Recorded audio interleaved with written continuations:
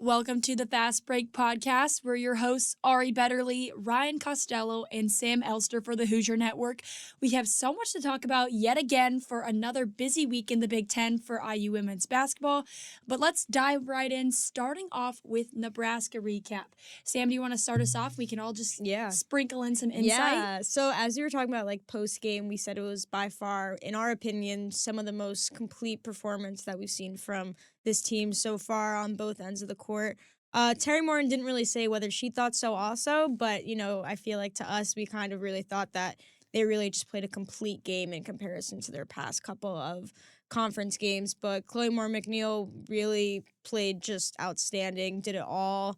And yeah, it was just a great game, and especially because Nebraska was on a 5-game winning streak, and they came into Assembly Hall ready for another win, but Indiana didn't let it happen. So yeah. Yeah, I will agree. I feel like we kept saying it over and over again throughout our articles, our packages, through everything, that this just was one of their better games they played thus far in the Big Ten. It could possibly be a stepping stone into maybe what the rest of the season could look like if Indiana, locks down the three-point line for both Yarden Garzone, Chloe Moore McNeil, Sydney Parrish, just to name a few. And then what it looks like when you can sprinkle in some production from the bench. I mean, Hannah Sandvik had some good points in there, and then Jules Amadorla had some minutes, but still would like to see some more.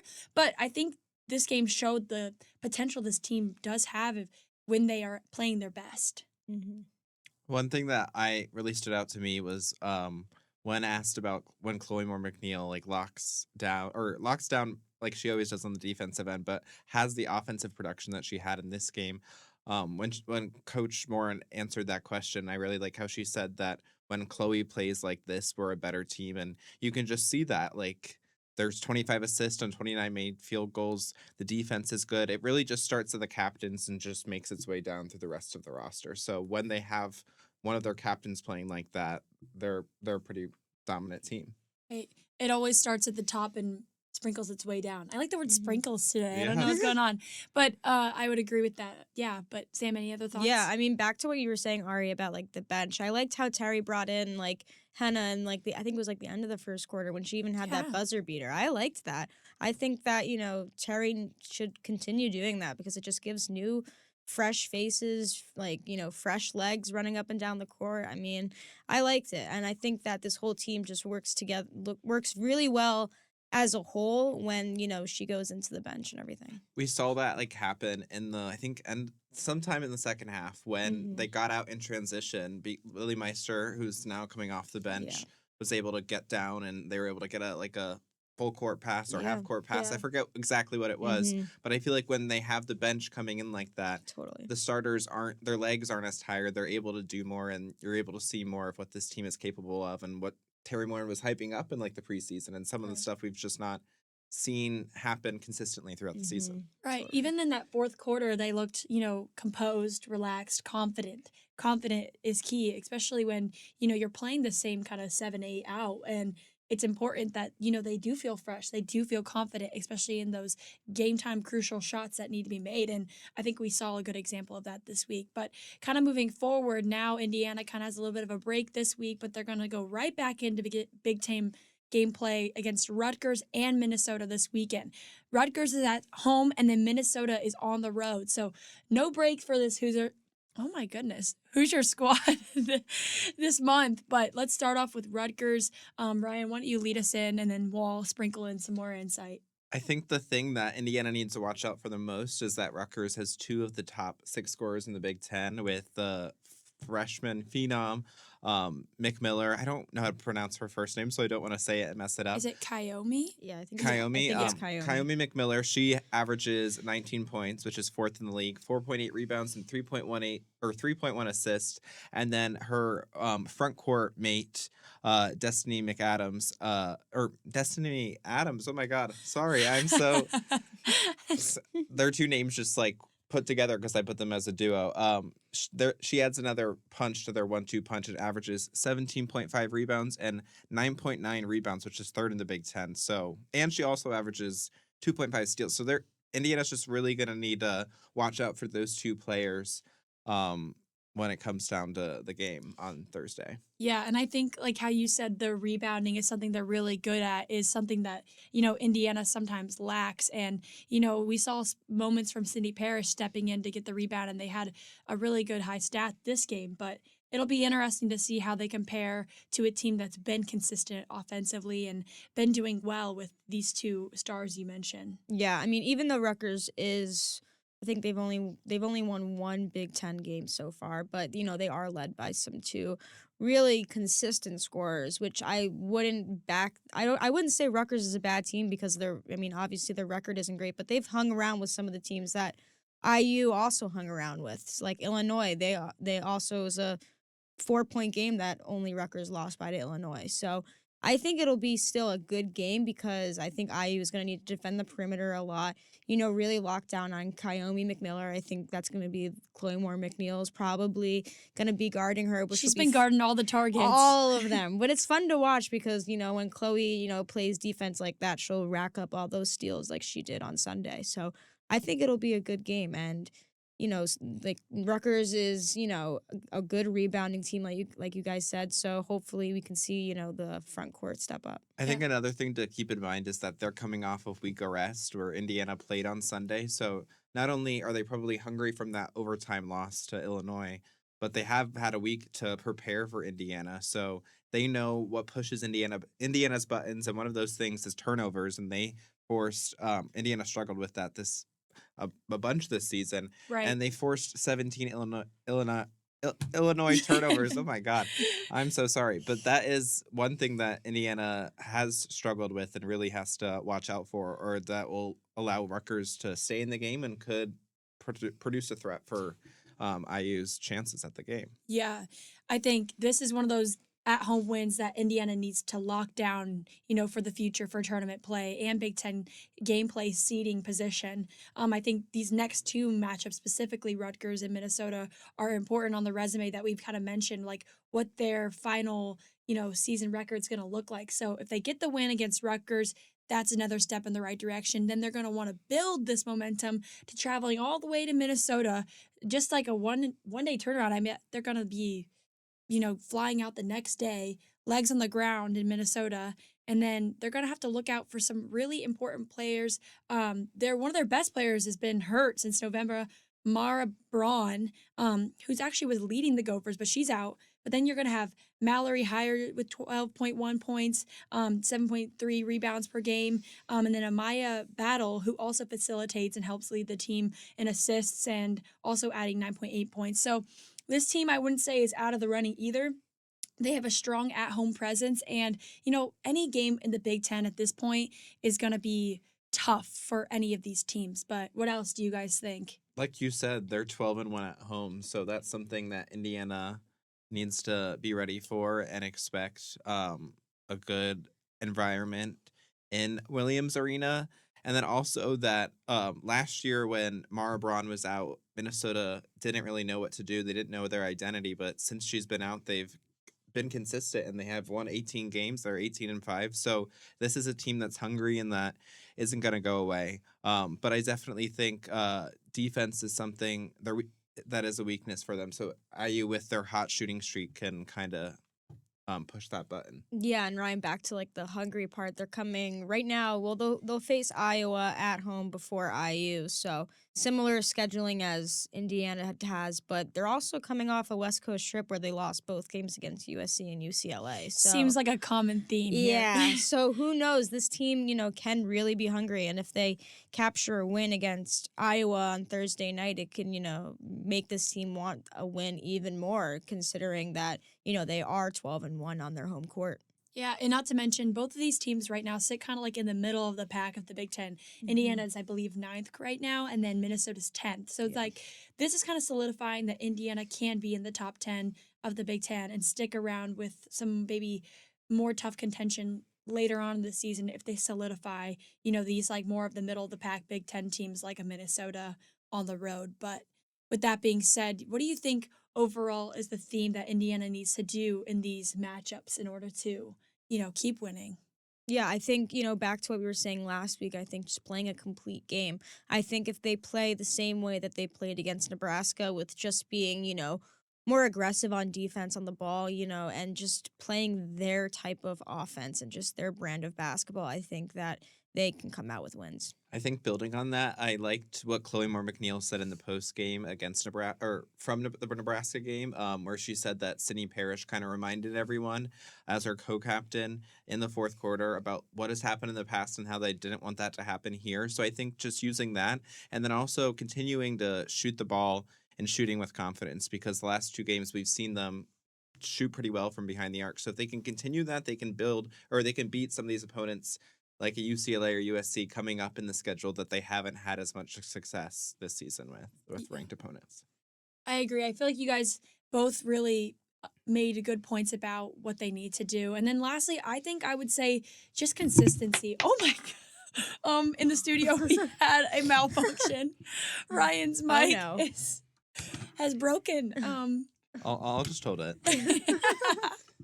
Oh god. But on that note, yeah, I think Indiana just needs to be consistent today and throughout the rest of the season in order to do well and have a good seed in this Big Ten tournament upcoming in March, because we only have 8 more games until the Big Ten tournament begins, which I was counting up on my hand and I was like, wow, that's crazy to think about. But this season is not slowing down anytime soon. Especially February, because I think only one of those games, it's against Purdue, is in March. Yeah. 7 of those 8 games are going to be played this month. So after Indiana's had a lot of time off in the last couple of weeks, it's something that they're going to have to get used to with not having as rested legs. Yeah, totally. I mean, it also helps that maybe Big Ten tournament is in Indianapolis, so they'll kind of have the home court advantage, them and Purdue. So, it'll be fun to see in March. Are you guys I'm sorry, ready? I can't get over this. Wait, let's just take a moment before we start our hot topics. Show how your It's microphone. like I'm performing. Wait. I can be Lift it up, lift it like I'm at the Grammys. But I think I'm ready for hot topics. Okay. Are you guys Yeah, ready? I'm so Totally ready. ready. I'm Okay. so ready. So, which Big Ten teams do we think are the most dangerous right now, as of this moment? Sam, I'll start with you. Yeah, so I said Michigan State. Right now, they're number 20 in the nation, 4th in Big Ten ranking. But they have had pretty dominant wins and against most Big Ten opponents. But the one that really stuck out to me was how they beat Michigan 88-58 when Michigan was ranked number 24 in the country. So I thought that was a pretty dominant win. And I feel like we haven't really talked about Michigan State that much. And No, we have not. yeah, kind of slept on a little bit. Julia Ariot, totally did not pronounce that name right. Ariot leading the team in scoring and rebounding with 16 and 8. But they also have 2 other starters that are also averaging in double digits in points, and it's also they did really well in non-conference play. They went undefeated in non-conference play. So I think that'll be really exciting when they come to Assembly Hall and take on IU. I remember last year when Michigan State came and it was just an all-out fight. So I think was a battle, I think for they're a sure. team that people just kind of forget about in the Big Ten, but they're solid and they have been solid this entire season. Ari, what about you? I'm going to have to say, I think I'm going to go with second in the Big Ten, Ohio State. As we know, we've talked about them a lot in the Big Ten. But I also feel like they're a little bit slept on when you talk about USC and UCLA all the time. They're the 2 big gauntlet teams from the West. But the team here in the Midwest is Ohio State. I mean, they're relentless. They have the depth.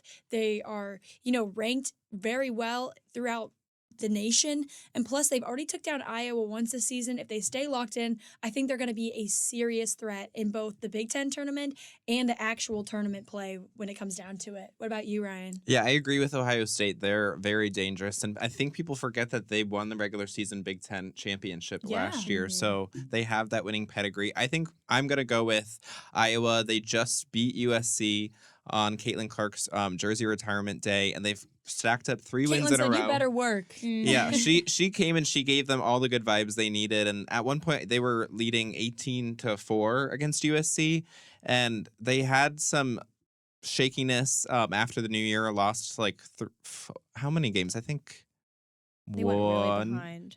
Yeah, they lost like 5 games in a row, but they've responded with 3 games, 3 straight wins. So I think they're getting hot just at the right time in the season, going into this last stretch of the regular season and trying to push to the conference tournament. And I think we've seen the last 2 years, even without Caitlin on the squad, Iowa has that big fan presence, and I know that they'll be showing out in Indianapolis Oh, when yes, 100%. that comes to the tournament. But to move on to the next one, what areas have the Hoosiers recently improved, and how can they maintain this momentum throughout the rest of the season? I'll start with Ari since we started with Sam last time. Okay, well, I feel like Indiana's finally kind of found a groove offensively. I think a lot of those West Coast games and previous to that, Indiana would have sparks and moments of different players having a night, but it wasn't like an all together performance. It was like they still didn't have, a lockdown middle, maybe man, and like a Caroline or a Lily, and you don't have, the outside shooting very consistently, whether it's Sydney or Yarden, but it seems, and even Shea, it seems like though they found their confidence, and when they trust their shots, they're tough to stop.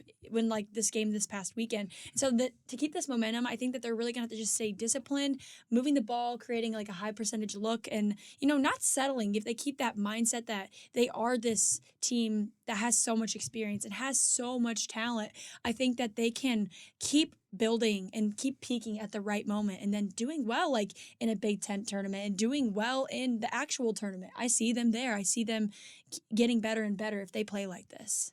Yeah, I agree. I think we've seen Chloe Moore McNeil talk about this in press conferences before, where she said Chloe is the voice of IU women's basketball. she is one of the two captains with Sydney Parrish. But she said that they just need to have confidence within each of their teammates, even when they're struggling. And I think if they have that, like you said, they can show stuff that they haven't been able to do this season, and win games that they haven't been able to win if they could just make some baskets. Right. Sam, what about you? Yeah, I mean, I'm going back to confidence. I think that they've really just improved on that. After, the couple of losses at home, you can tell that kind of the morale, I guess, of the team was a little bit down. Terry obviously showing, frustration, and even the players too. But then Nebraska was just completely different vibes against them. I think that, when there's players like Chloe and even players like Yarden, who's like having great shooting performances, you can just see the whole energy and vibe of the team just go up as a whole. So I think just improving on their confidence. You can see the way they run down the court, the way that, they pass the ball, 25 assists like in Nebraska's game. I think that overall team confidence has just been huge, and you can tell when these players are playing like that this team just succeeds. Right. I 100% agree. I think it's all about mentality at this time of the year. You're tired. You're on the road constantly in this part of the year, but it's also as if this is when the leadership and the experience will step into play. I think a lot of teams get injured, get tired at this point, but when you have great leaders like, a Sydney, a Chloe, and even a Yarden, who, by the way, 1,000-point in her career. Yes. Been wanting to say that for both of them, Chloe and Yarden. But when you have that experience and things we've mentioned in the past, they understand what it's like. It's easy to just keep building on that and not letting those lows get to them. Mm-hmm. Totally. I feel like you guys both hit like kind of on my point, but one to keep it simple to end the podcast is they just need to keep shooting like they have the last two games. If they shoot like that, if they can consistently keep their 3-point clip at a good percentage, I think they will be able to knock some of those ranked teams that come to Bloomington, like a Maryland, like an Ohio State. Not saying that will happen, but if they can shoot as they've shown in the past two games from behind the arc, I think they have a chance. 100%. I mean, they've stuck in it with USC and UCLA at home. So just imagine that kind of same mentality at home again against these two matchups, but if they actually win. But can't look ahead like Terry Morin said. You have to beat or win the games that you're supposed to win, like a Rutgers, and go get a road win, which is always hard in the Big Ten. Right. Yeah, never easy. Well, everybody, it's time to conclude the Fast Break podcast. But I want to ask you one more thing before we end, just so you guys can get to know us a little better. What is your guys' favorite Valentine tradition since we're almost there? Tradition? I can go first. Okay, go Ryan. I mean, I'm not a big fan of the holiday, but the one thing I do like is telling, because I've always been single, is telling the people in my life how much I love them. So just telling all of the people how much I love them, I think. I love that. Love that. Sam? I think mine probably are just getting chocolates. Honestly, love chocolate. Lindors are my favorite, the little chocolate balls. Is there a specific Lindor? Like the milk chocolate? Not a huge dark chocolate girl, but the milk chocolates are good. Yeah, just overall the candy aspect. I think that it's so cute, the decorations in Target and all of that. What about you, Ari? Yeah, I love my good Reese desserts. They have like the different And the little seasons heart and the shapes, little yeah. hearts. But then I also love that it's pink and red. Love the colors. You love a good pink. Love good pink. Love a good color outfit, but Wait, I thought of one thing more that I'm excited for about this Valentine's Day in particular. Mhm. I know Sabrina it- Carpenter announced that her short and sweet deluxe, I'm a big fan of Sabrina Carpenter, if you didn't know, is coming out on Valentine's Day. So that is what I'm excited for Valentine's That's Day. so exciting. And the women's basketball team has a game, I believe, The day day after after, yeah. Valentine's Day. So I will be celebrating Against Purdue. against Purdue.